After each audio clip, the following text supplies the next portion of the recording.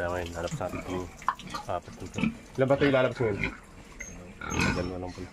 Lalabas tayo ng baboy ngayon. Biyernes na ulit ang puro. Ano ba ngayon? Tayo sa linaw. Yan, ilima na yung ating ano, sa shop. Nailabas na yung apat. Yan.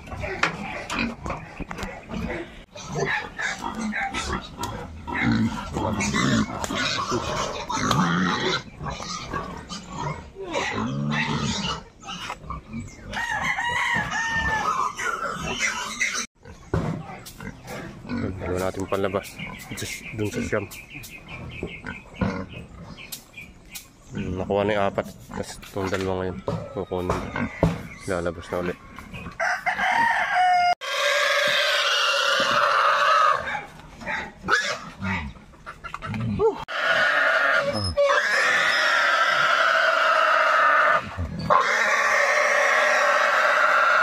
Ganito. 90.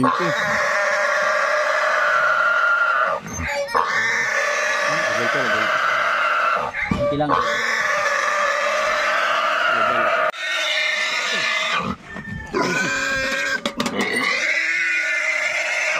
Mababa pa pala ito.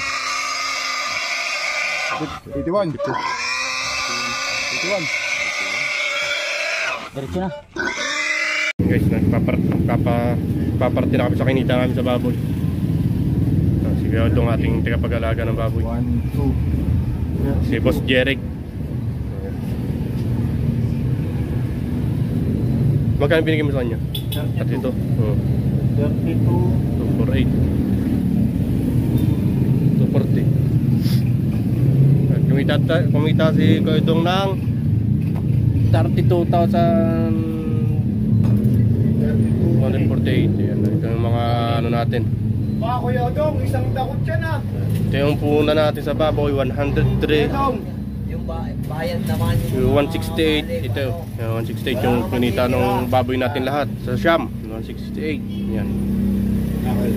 Dinivide natin.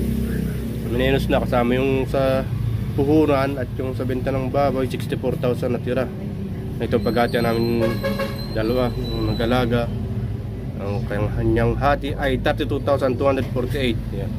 Ngayon kami dalawang pinsan maghahati sa 32,000 na. Nakikita namin yan. Okay. Ay ang baboy, presyo ng baboy ha. 5,000 sa Siam. Okay.